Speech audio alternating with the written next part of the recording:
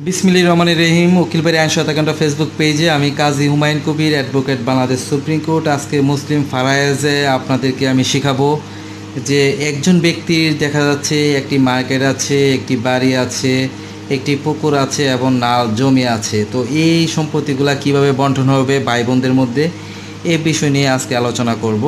তো উকিল বাড়ি আইন সহায়তা ফেসবুক পেজে যারা আমার ভিডিও দেখছেন সবাই অবশ্যই শেয়ার করবেন যে আজকে মুসলিম ফারায়েজ বন্টন কীভাবে করতে হয় সেটা আজকে আমরা অবশ্যই আপনাকে বলে দেবো যে বন্টন কীভাবে করবেন, বন্টন কীভাবে হবে সেই বিষয় নিয়ে আজকে আলোচনা করবো ইনশাআল্লাহ। সবাই পুরা ভিডিওটি দেখবেন, তাহলে সম্পূর্ণ বিষয়গুলো বুঝতে পারবেন। তো মুসলিম ফারায়েজ কোরআনী আইন অনুসারে যদি একটি ব্যক্তির দেখা যাচ্ছে বন্টন, দেখা যাচ্ছে একটি ব্যক্তি এই সম্পত্তির পুরা সম্পত্তির মালিক দেখা যাচ্ছে, ধরি আমরা রফিক।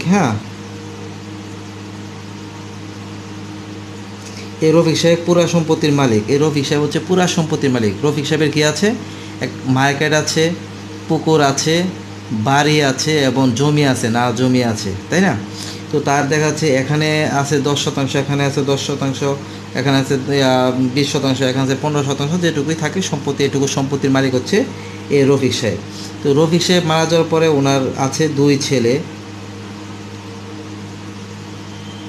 ছেলে আছে, এক মেয়ে আছে, ঠিক আছে? তাহলে এই দুই ছেলে, রফিক সাহেবের মারা যাওয়ার পরে তার কাছে দুইটা ছেলে আছে, একটি মেয়ে আছে।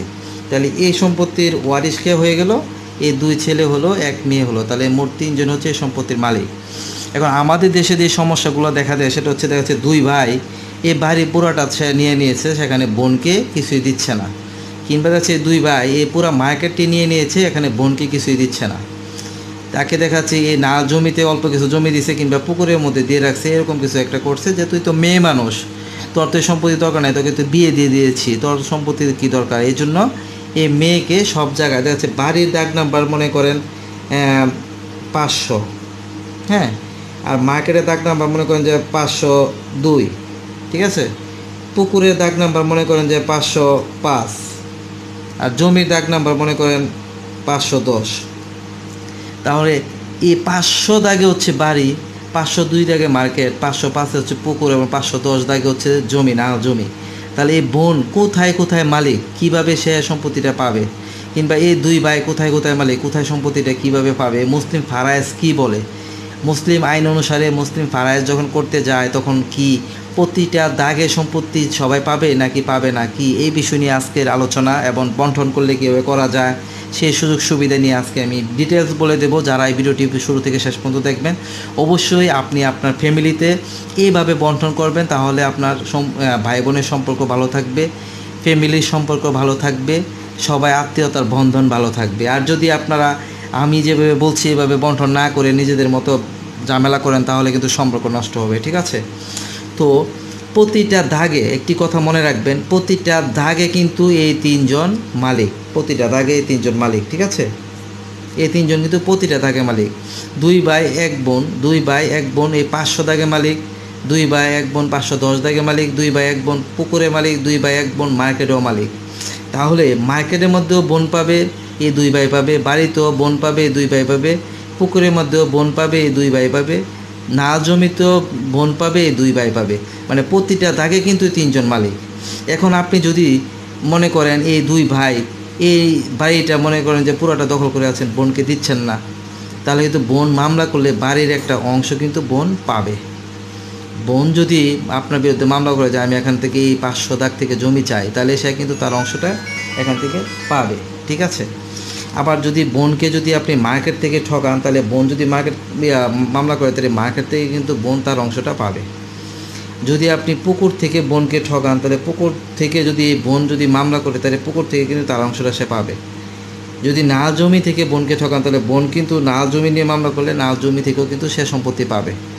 এখন দেখেন, বন্টননামা দলিল যদি করতে যান, যে বন্টননামা দলিল অনুসারে দেখা যাচ্ছে বোনকে যদি বলেন যে তুই বাড়ি থেকে নেওয়ার দরকার নেই, বাড়ি থেকে তো দুই ভাই আমরা থাকবো, তুই এসে সবসময় থাকতে পারবি, তোর ছেলে মেয়েদেরকে নিয়ে সবসময় তোর দরজা সারা জীবনের জন্য খোলা আছে, তোকে আমরা পুকুর বা না জমিতে কিংবা মার্কেটে দিচ্ছি, তোরা এইভাবে নেয়। যদি ভাই বোন এই দুই ভাই এবং এক বোন যদি মিলে আপোষ মূলে যদি এই দাগে একটি দলিল করেন, বন্টননামা দলিল যদি রেজিস্ট্রিকৃত দলিল যদি করেন এবং বোনকে যদি এক দাগে বা দু দাগে তার প্রাপ্য অংশ যদি দিয়ে দেন, তাহলে বাকি 2 দাগে সে দাবি করতে পারবে না।